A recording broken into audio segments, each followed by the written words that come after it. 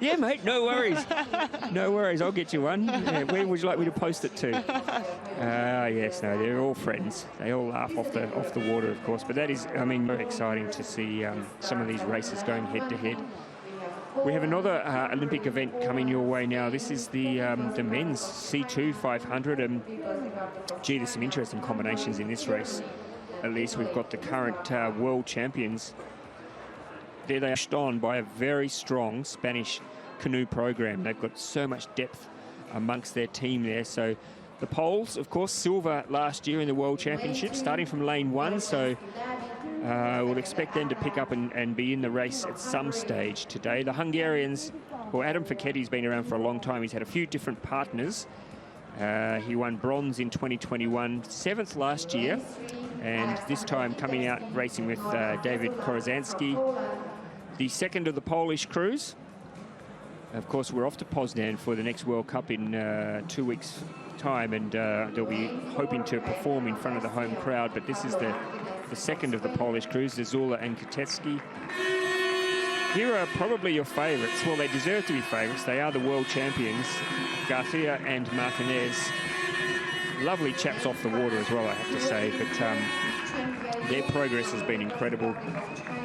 The second of the Chinese crews, Yu and Yu, hard to get a form line for these guys coming in. The Chinese have been so good here in Szeged this week. And Lu and Ji, they won bronze in the World Championships last year. And in fact, Lu was part of the silver medal combination in Tokyo. So he's got very, very good form with a new partner now. They were bronze at the World Championships last year.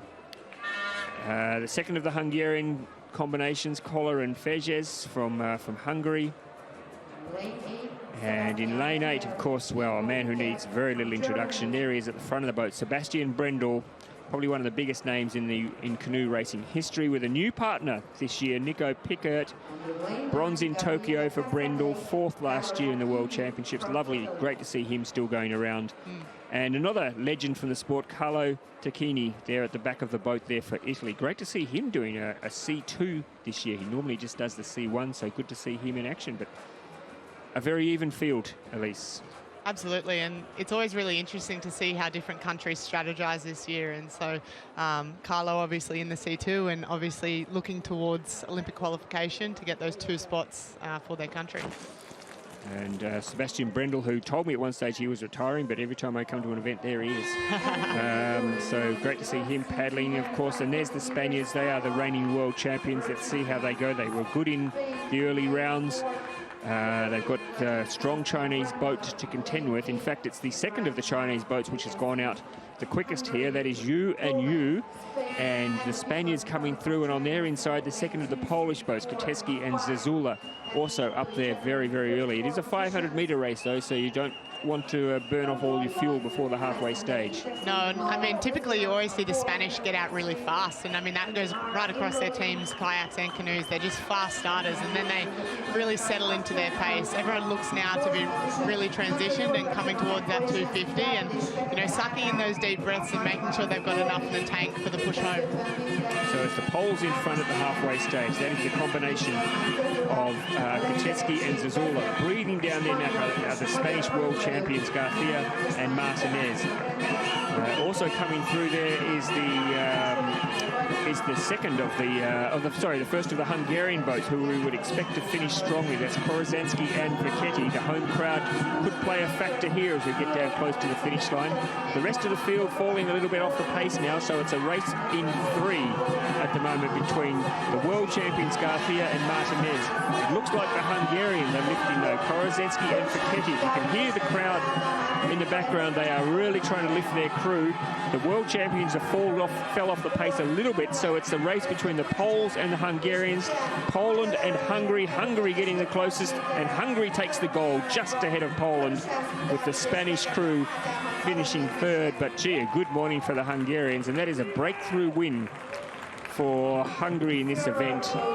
And you can see the excitement there from David Korozanski. He's pretty pumped. I think so, and I have a bit of insider knowledge that was a race-off between the 2 Hungarian crews. So not only do you win a World Cup title, you also, you know, get the nod moving forward, which is, you know, double as exciting for them. So that's their ticket book for the World Championships, isn't I it? assume so. Oh, no wonder they're pumped. Yep. No wonder they're pumped. Good on them. There's a few teams. The Germans are doing the same. I think there's a bit of a race off there. And I know the Spanish have got another powerful C2 crew as well. And the Poles, as we've obviously seen here. It was the second of the Polish boats, in fact. Probably the lesser known of the 2 Polish boats that really excelled today. So there's some interesting selections ahead for them as well. But that is a very well-judged race. I always love watching the finishes of sea boats because their lunges really make a difference at the end. Whereas in the kayaks, maybe not so much. But, you know, it can be make or break for them when they time their lunges. And if they get it wrong and they end up falling in the water, it can be very embarrassing. It's a double negative. It's a double negative because not only have you ruled yourself out of a medal, but you've also got yourself very, very wet. It's cool to see how much this type of event means to people, particularly, obviously, the Hungarians winning in front of a home crowd. And that's 2 in a row for Hungary. Yeah. I mean, they've come into today with only 1 gold medal for the whole week. And I know there were some long faces amongst the Hungarian fans, but they've come out today and they've picked up 2 today. And maybe there's a possibility for more. I mean, they've got the marathon world champion in Vonda Kisley. I'm so looking forward to that race, at least, because she is a powerhouse. She is an absolute machine.